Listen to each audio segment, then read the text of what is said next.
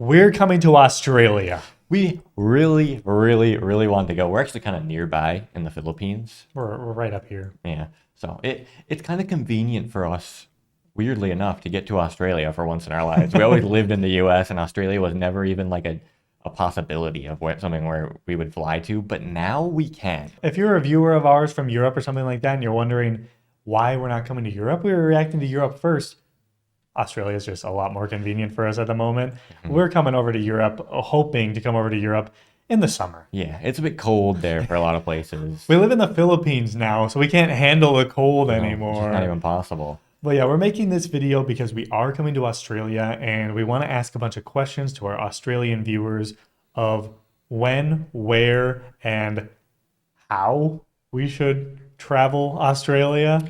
We have like tentative plans. We just kind of come up with our in our heads, like kind of brainstorming some stuff. So I mean, when we talk about the when we want to go at the moment, we it's kind of convenient for us to go in like January, but we probably won't because it's super hot there, I believe. Yes, that should be based on what we looked up. January and February seemed like they were the hottest months, and we would probably definitely be flying into Sydney. And I don't know how hot it definitely gets in Sydney, but seemed like that was the hottest, potentially busiest time of year to go. So we were thinking potentially going in March. Yes, that's kind of our plan that we had at the moment. Is that a good time to come? I don't know. If you guys tell us not to, we will switch and go at a different time. But that's kind of our plan at the moment. So it's a little bit more comfortable for us. Maybe slightly less tourists. And the type of trip that we'd like to go on, just so you guys have an idea of what to suggest, we would like to go to as many national parks or cool nature spots as possible. We still would like to see Australian cities, eat some of like the food down there and stuff. But mostly we kind of want to road trip and go to some of the cool nature spots around the country. We kind of looked into rental cars and it seems like we can get some decent options out of Sydney. And here's the part where we're definitely going to need the most help with. We had so many different routes in our minds. We were kind of planning on around 2-week trip. We don't know how much we can fit in. The first route we did started in Sydney. Then we were going to drive down the coast and hit some of these national parks. This one was recommended by a viewer for sure. Maybe some of the other ones. Hit Melbourne and then loop back up this way. That was like our most basic route we were thinking of. Obviously hit the national park outside of Sydney, Yeah, the up Blue here. Hills or Blue Mountains. That's our most basic one and probably would be cheaper because the rental car, we're doing a loop. Some other ones we thought of in that same realm would be extending the trip over to Adelaide. Maybe get over to Kangaroo Island if we can. Maybe poke our way up into the outback a little bit so we can get the outback vibe. But yeah, it'll basically be similar, but we just go all the way to Adelaide, get another city, get some cool areas over here, and then loop back to Sydney. And with these two trips specifically, one of the big questions I would ask is Canberra even worth visiting? We've heard things that it's boring, there's nothing to do, but also we'd kind of like to go and see what it's like. Is it too far out of the way to be worth it? Is kind of what we need to know. And hotel prices in Canberra? Yeah. Are those going to go way up? We are actually like travel vloggers. We've been posting travel vlogs all around the world for a long time on TriFate Lifestyle, our other channel. So we plan to vlog this all along the Yes. way. So we will be making videos, not on this channel, on that other channel if you want to check it out. It, like we said, it probably won't be until March, so the videos probably won't be posted until April at least. So we got other countries. We're traveling around Asia over there if you're interested.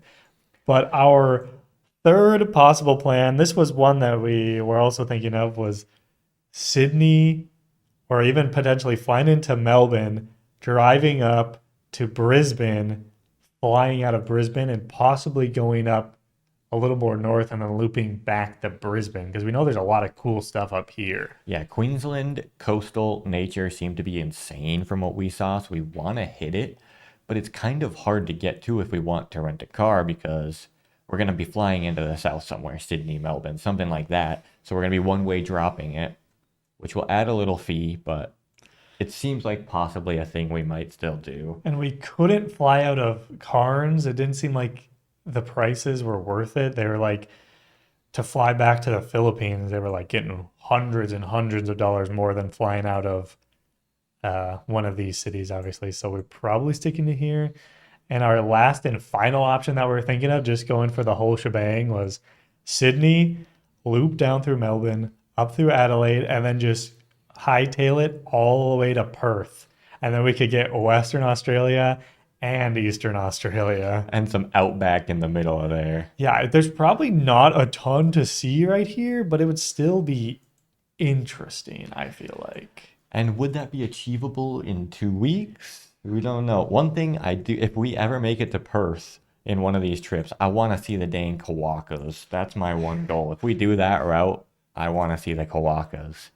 And I mean, it is possible that if you think if you guys think that probably it'd be better to split these up into different trips, it's only actually 45 hours. That's not that bad. No, We've driven much farther than that. we did a Korea road trip not too long ago, and that was 1 week, right? Or Yeah, 1 week. that was 1 week, and that was 20 something hours. Probably less than 1 week. It was probably only 6 days because we had to be back. Mm-hmm. And we drove in the US, we drove from Minnesota all the way up to Seattle, all the way down to San Francisco. This is like probably a 60-hour drive. Yeah. And we did that in 2 weeks. So that seems pretty reasonable for time frame. We probably will be traveling pretty quick in these trips. So if you're saying like, oh, it's better to have a few extra days, we'll probably go on the quicker side of things. Boom, boom. We want to hit, I mean, it's possible we hit multiple parks in one day, especially if some of them don't have as many hiking trails and stuff like that. So I don't know. So those are kind of some of the ideas we have. If you guys think it would be better to potentially come back, maybe do Sydney, Melbourne, and then come back for Brisbane and Queensland later on, or Perth as its own separate thing, let us know. What we really want to know is best time. Is March a bad idea, or is that a good time to go? What are some of the best spots to hit? Definitely in the Sydney, Melbourne, any of these areas, nature-wise, food-wise, in the cities, anything. We'll take as many suggestions as possible. And then lastly, if you have any tips on renting a car and stuff like that, let us know. Lots of tips like that could be useful. We seem to find it seems like certain rental companies can be good options for us, especially with the one-way drops. They might be a little bit better with the fee or something. So if you guys can help us with some of that information, that would be stupendous. We'll definitely be in New South Wales/Victoria no matter what because of how the flights go. So recommendations for stuff in Sydney or Melbourne would be nice. Most likely fly-in at the moment is Sydney, unless you guys have a better route for us. But I mean, possibly Brisbane, possibly Melbourne. Those are basically the most likely fly-ins, those three. Yeah, it's the flights to some of the other cities are a bit unreasonable for us. The only direct ones we've seen are Sydney and Perth and Melbourne, I think. Yeah, those three. That's direct from Manila to those cities, and that's dang Cebu Pacific, which is gonna suck. It's really gonna suck. Low budget airline for 8.5 hours. Ooh, man. Also, any tips with like just travel things in general, like hotels, where to find good hotels in Sydney area and stuff like that?